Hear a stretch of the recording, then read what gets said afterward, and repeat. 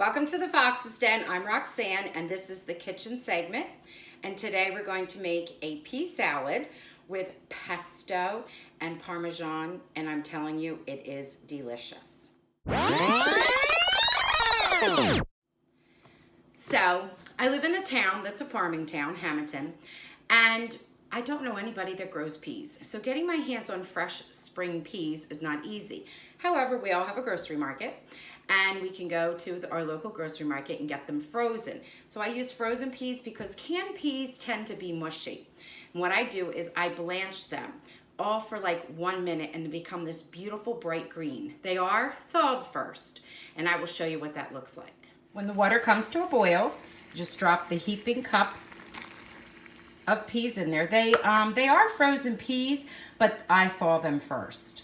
And then I just wait for approximately a minute until they start to reboil again and they become bright green, and I drain them and cool them off. All right, that is 1 minute later. You can see how they're boiling. We're gonna pull them out and drain them. Okay, while the peas are cooling, let me talk to you about the salad itself. It's just 1 head of romaine, washed thoroughly because it can be sandy, chopped up and put in my dish. You can use organic or not, whatever you like. And then to it, I add, I'm not even using like real measuring spoons. I'm using our tablespoon, which is really like a soup spoon. And I'm adding to it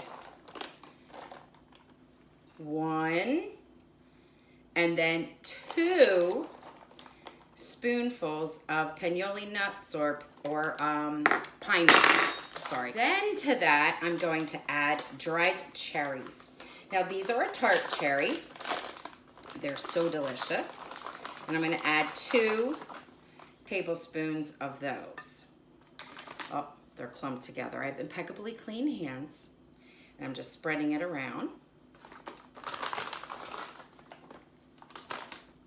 And if you like more cherries, you can add a 3rd if you want. Usually I add 2, since this is just for my family. I'm going to add 3. Okay, just a little bit of a sweetness. The star of this really is the vinegar that I'm going to share with you in a minute. And then we have some Parmesan cheese, and it's been grated. Some people use shaved, and I'm going to sprinkle 2 of those around.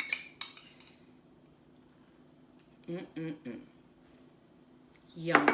And I'll put that to the side. Now what I have are some vinegars. So Tales of the Olive is located in Hammonton, New Jersey. They do have a website. I always, every time I use their product, I link their website in the description. And I will do that again. So you may not live in this area, but you can get things from their website.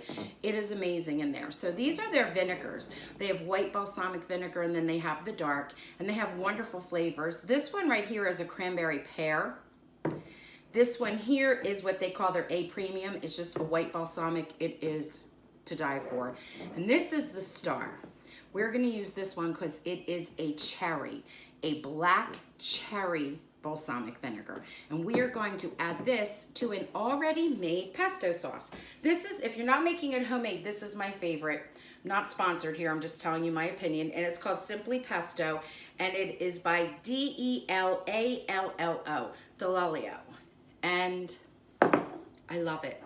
So we're going to make the vinaigrette with this. Now, normally, I just use this. I don't use, and I don't know if your soup spoon is a little larger, you're gonna have to estimate. It can be, you wanna, first of all, you wanna make it room temperature, because if you stored it in your refrigerator for whatever reason, maybe you opened it, you know that the oil can thicken. So I have a generous amount of pesto sauce. I have 2 of them actually. Okay, and then to it, I'm going to add this black cherry vinegar. When I do this, sorry, I am going to sort of thin out what's in there. That looked like it was a teaspoon. And then I'm gonna just whisk it together, and it's still very thick, and you'll see what I'm gonna do in a minute, because this is on the thicker side. Another generous teaspoon. And then, I'll wipe that off later, I'm gonna add to it a little bit of water. So you know I usually use bottled water, and I am here again, so I'm just gonna add just a little bit. So it has more of a dressing consistency. If you like it thicker, that is fine. You can drizzle it over the top. It's pretty potent. And the best way to taste test it is to dip a little piece of lettuce in there.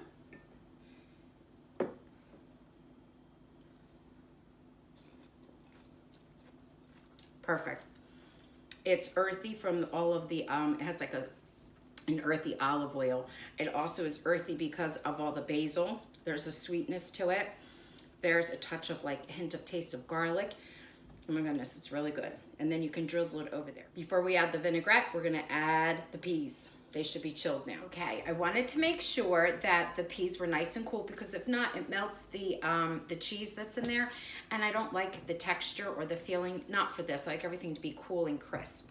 You could do this ahead of time, keep it in the refrigerator, but I just did it right now. So I'm gonna sprinkle it on. And then I am going to toss it.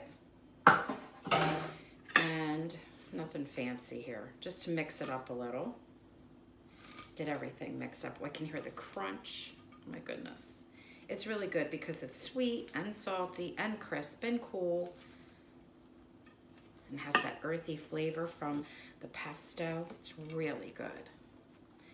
Okay, I will show you. Just a little mix up.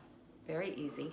Now you can drizzle this right straight over, or you could put some on your plate and then control how much gets put on there. I'm gonna put some on my plate only because I'm going to take this to my family to eat, and I don't want to saturate it. I wanna be able to use as much as they like. Okay, so I'm gonna scoop out a little bit of everything. Oh, a runaway pea.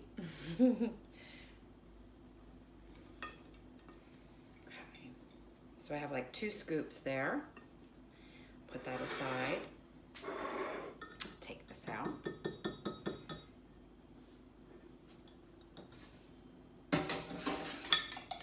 Just give it a little stir. And you can see I'm just going to do like a little drizzle. Not a lot. If you want more, you can. Just a little bit. And then I'm going to sample it.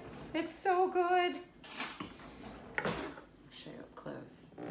You know what's nice? I chilled the plate tape. Here we go. So I have to get the perfect bite, a little bit of everything. The peas, the dressing, the crisp, crunchy lettuce. I just love this on the lettuce itself. Some pinoli, a cherry. Oh my goodness.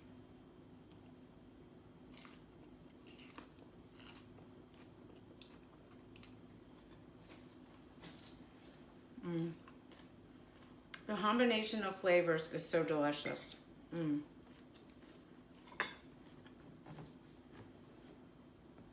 Sometimes I prep this ahead, and then I'll have leftover roasted chicken, or sometimes I make turkey meatballs or turkey burgers, and I just save it aside, pack a turkey burger with this, and that is my lunch. It is so good. Try it out. It's easy. It's delicious. It's springtime.